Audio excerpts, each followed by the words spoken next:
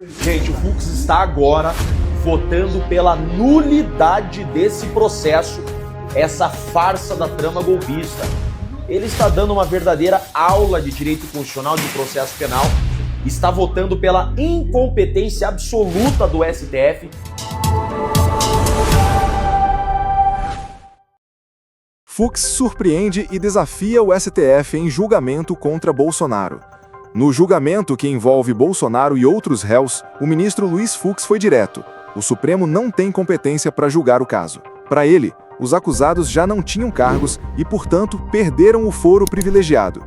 Fux alertou que manter o processo no STF seria violar a Constituição, criar um tribunal de exceção e gerar insegurança jurídica. Na prática, seu voto pede a anulação de todos os atos do processo. De sorte, presidente, que mantendo a minha coerência que manifestei no recebimento da denúncia, ciente de que naquela oportunidade tratava-se de recebimento da denúncia, em que vigorava o princípio indubio pro societate, deixei para o julgamento a análise mais vertical dessas questões. Assim sendo, senhor relator, saltando todas as digressões que aqui fiz sobre o campo doutrinário e jurisprudencial, com as vênias de sua excelência, o dedicado relator, e dos que o acompanharam, meu voto é no sentido de reafirmar a jurisprudência desta Corte adotada na questão de ordem na ação penal 937. Concluo, assim, pela incompetência absoluta do Supremo Tribunal Federal para o julgamento deste processo, na medida em que os denunciados já haviam perdido os seus cargos. E, como é sabido, em virtude da incompetência absoluta para o julgamento, impõe-se a declaração de nulidade de todos os atos decisórios praticados. Sinteticamente, o que eu vou me referir é que nós não estamos julgando pessoas com prerrogativa de foro. Estamos julgando pessoas que não têm prerrogativa de foro. E destaco que as defesas, por meio das suas petições, argumentam que o Supremo Tribunal Federal é incompetente para julgar esta ação penal. O fundamento apontado é a ausência de autoridade com prerrogativa de foro entre os denunciados, consoante a regra claríssima do artigo 102, inciso 1º da Constituição da República. Compete ao Supremo Tribunal Federal, precipuamente, a guarda da Constituição, cabendo-lhe processar e julgar originariamente. Inciso 1º, a linha B. Nas infrações penais comuns, o presidente da República, o vice-presidente, os membros do Congresso Nacional, seus próprios ministros e procurador-geral da República.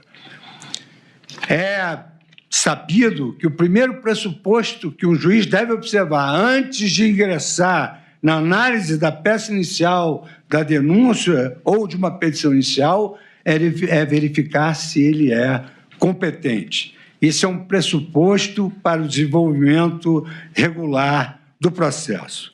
Somente o juízo competente pode analisar uma ação penal início litis.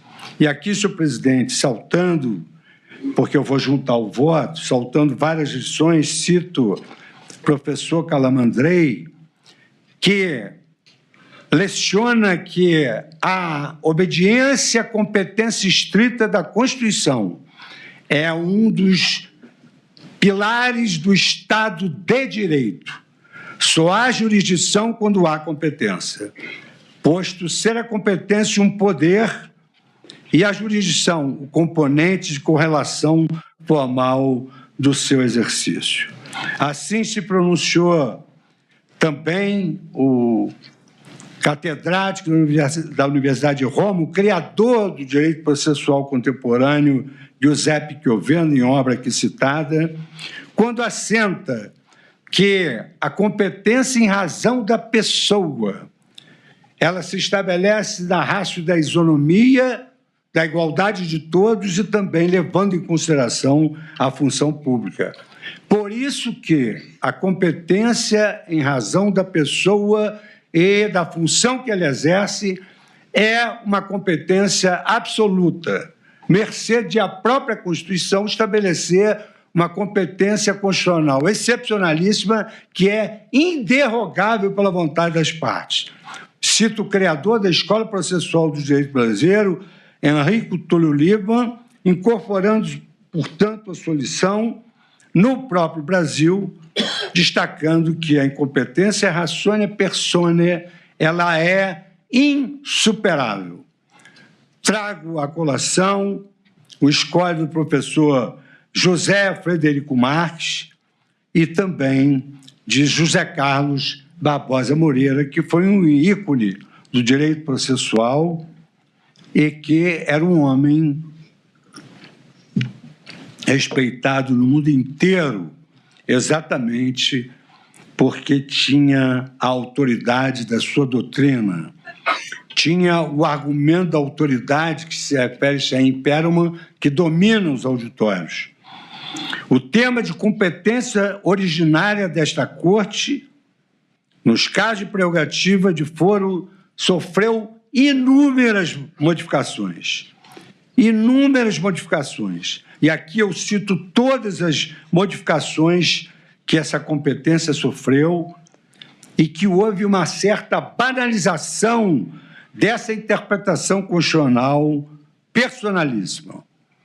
E esses autores expressam que, ao vedar expressamente o julgamento, ratione personae por outro órgão competente que não aquele indicado na Constituição, esta regra passa a ser lindeira à criação de um tribunal de exceção, que o Constituinte buscou impedir, não apenas pela criação de um novo tribunal, mas exatamente para que uma ação, e a posteriori a ação penal, fosse julgada por um órgão jurisdicional diferente daquele que é previsto nas leis. Ou seja, o órgão jurisdicional constitucional é absolutamente diverso do órgão constitucional ordinário, especialmente quando essa modificação da competência for resultado de uma interpretação após o crime. E o que eu quero dizer é que o Supremo Tribunal Federal mudou a competência depois da data dos crimes aqui muito bem apontados por Sua Excelência, o Procurador-Geral da República. Trago o procurador, como Vossa Excelência é um doutrinador de escola, as lições de Ferraioli, Karl Schwab e outros autores da sua preferência, e destaco, identifica-se assim que a competência absoluta ela não pode ser derrogada sob pena de infringir a garantia do juiz natural. E a garantia do juiz natural cumpre diversas funções no ordenamento brasileiro. Em primeiro lugar, ela assegura a imparcialidade do julgador, evitando que sua designação ocorra por finalidades menos ortodoxas. E ainda é reforço dessa Constituição a independência dos magistrados que não ficam sujeitos a ameaças de afastamento do caso, na hipótese de não seguir eventualmente a determinação de uma maioria ou de seus superiores. Com esta breve contextualização que avulta densa correlação entre a relevância do cargo na República e a previsão do foro por prerrogativa, eu passo ainda a analisar essas modificações. E aí, senhor presidente, egrégia turma, eu venho desde 1964 com a edição da súmula 394, que estabeleceu essa competência, depois a modificação só quando a instrução já terminou. Enfim, trato aqui todas as hipóteses de competência e da modificação de competência. E cito a P568, da relatoria do ministro Barroso, onde ele destacou a incompetência, que era ratione personae, a competência funcional, que está em jogo não se prorroga, porque não é relativa, é absoluta e funcional. Não podemos ir ao mérito para depois voltar à preliminar. E aqui eu destaco, senhor presidente, depois de analisar essas questões, que o Supremo Tribunal Federal já anulou um processo por inteiro por incompetência relativa, máxima quando se trata de incompetência absoluta e inderrogável pela vontade das partes. E aqui, então, cito que, de acordo com as premissas que eu adotei de forma coerente ao receber a denúncia, a interpretação restritiva da prerrogativa de foro, preconizada desde a questão de ordem na ação penal 937, é a mais correta. E essa visão é que se alinha ao princípio republicano, que veda o tratamento desigual sem justificativa constitucional. E relembro mais uma vez que presidentes da República já foram julgados no Supremo. Um presidente foi julgado pelo plenário e outro presidente foi julgado em segunda instância. Os fatos imputados aos réus, segundo a denúncia, ocorreram entre 2020 e 8 de janeiro de 2023. Naquele período, a jurisprudência da Corte era pacífica, consoante o entendimento consolidado, racional, inteligível, de que, uma vez cessado o cargo, antes do término da instrução, a prerrogativa de foro deixaria de existir. Em caso, os réus deste processo, sem nenhuma prerrogativa de foro, perderam seus cargos muito antes do surgimento do atual entendimento. O atual entendimento é recentíssimo desse ano. A aplicação da tese mais recente para manter esta ação no Supremo, muito depois da prática de crimes, gera questionamentos não só sobre casuísmos, mas, mais do que isso, ofende o princípio do juiz natural e da segurança jurídica.